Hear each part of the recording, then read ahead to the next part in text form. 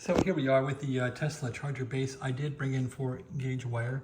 This is 4 AWG wire coming in, and this one's a 6 for the ground.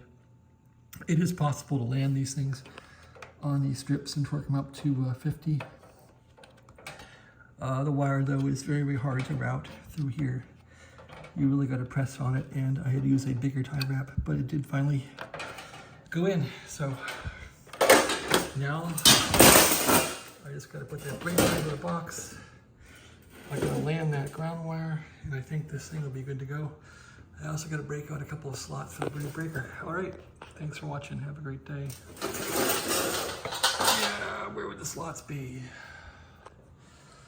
Got to break out a few more slots. See if this thing will go. This has been a lot of work. It doesn't look like a lot of work, but this has already taken like a few hours just to get this far. This hole was a headache to drill.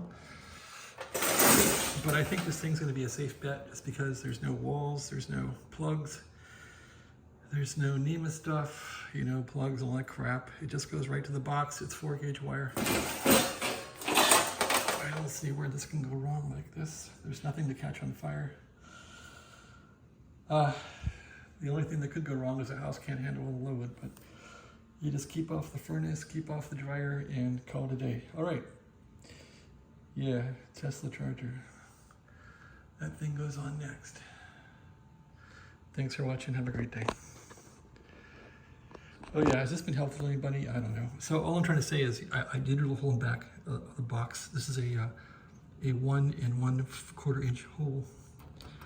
I use like a pipe type, I don't know what they're called, but a pipe pass through, so there's no rough edges here for the wire to pass through. So that should be the code. I would think somewhat. Since they're using black wires in here already, I'm not going to make a black and red. There's the ground. Short and sweet, that's it. Thank you.